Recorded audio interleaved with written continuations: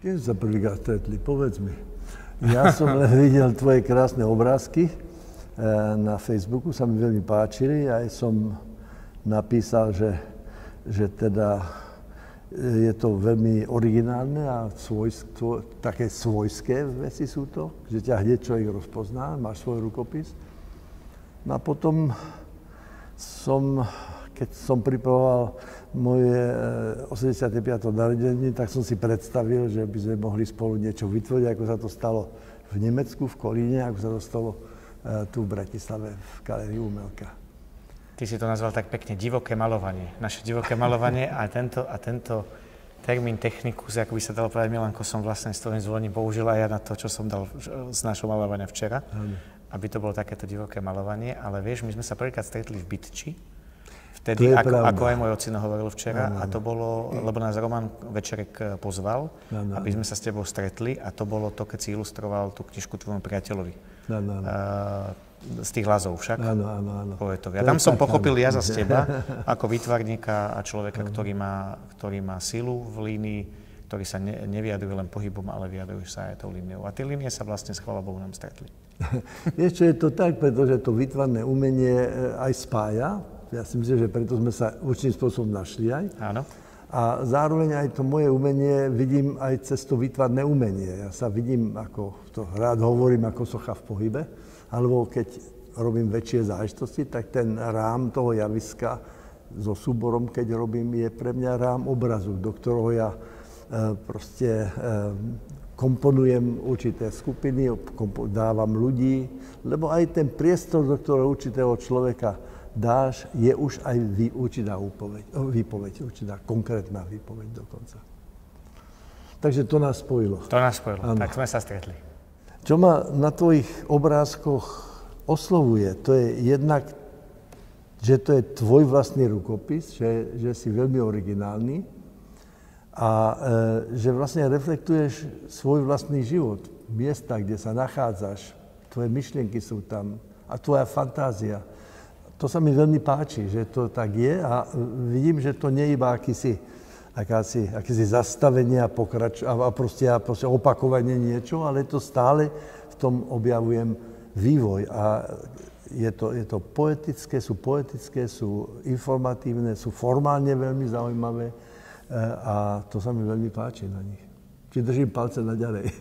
Ďakujem, Milanko. Ja si, vieš, tak ako som ťa pochopil v tej biči, a videl som tvoj rukopis a samozrejme som ťa poznal ako človeka umenia okamihu, ako mýma svetového významu, človeka, ktorý naozaj sa narodil, aby vytváral a vytvára, a aby prepájal a prepája, aby tie mosty vznikali ďalej.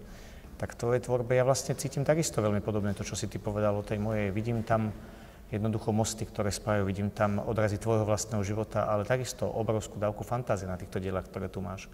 Nie sú to diela len v jednom tvare, sú tam skryté tvoje dojmy, si tam skrytý ty, sú to možno aj svojím spôsobom tie autoportréty, ktoré ale nemusia byť tak, ako si povedal pekne, formálne, jasne, zdanlivo, jasné každému, ale že páči sa mi na tebe, Milanko, naozaj to, že prestupuješ tie médiá. A to je to, čo mňa veľmi zaujímalo ako autora, mladšieho autora, ísť naprieč médiami, jednoducho nebáť sa, vytvárať tie mosty a vidieť potom ten efekt a inšpirovať ďalších ľudí. Toto je, od čoho sa môžem pri tebe učiť. A ja som ti to veľakrát povedal, ja som sa veľmi naučil teba vnímať skrz knihu Umenie okamihu. To je tak nádherná kniha, ktorú som doporučil veľmi veľa ľuďom, len je samozrejme vypredaná, takže im ho možno požičiam, ale kto vie, či mi ju vrátia. A ja ju chcem mať ešte pre seba.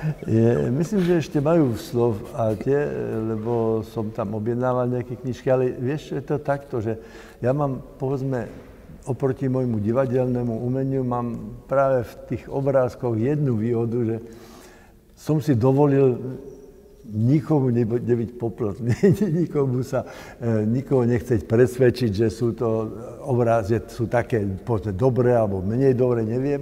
Ale v každom prípade som ich robil hlavne pre seba, pretože keď si stále s ľuďmi v styku a keď proste celá tvoja práca je koncentrovaná, vyložená na tých ľudí, ty si môžeš predsa len v tvojom ateliéri sa aj so sebou zaoberať, so svojimi myšlienkami, so svojimi plánmi. Ja na tom javisku stále mám pocit tej súhry toho obecenstva so mnou. Takže oni sú preto také, aké sú. Ja sám som si nikdy nemyslel, že by som ich vystavoval. Jedna moja priateľka povedala, sú dobré, rob to, vystavuj, aj mi pomohla k výstavám. Ale napriek tomu aj cítim, že, jak si povedal, že autoportréty, áno, že sú to veci, ktoré majú vyloženie čo dočinenia so mnou samotným. Ako keby si sa zrkadlil. Ja mám z toho taký ten pocit, vieš. A to je veľmi silné pri akomkoľvek type výtvarného umenia, a respektíve umenia a kultúry ako takej. Pritom, vieš, mám pocit, že keď sa na to dívam ako tu, na túto výstavu, že vlastne oni ako keby boli veľmi rozlišné, ako keby som proste nemal svoj vlastný štýl.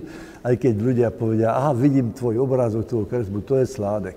Áno, ale že mňa práve ten prístup k tomu malovaniu nie je taký veľmi častý, že vždycky iba vtedy, keď som mal pocit, že musím niečo, alebo že proste ma to baví naraz.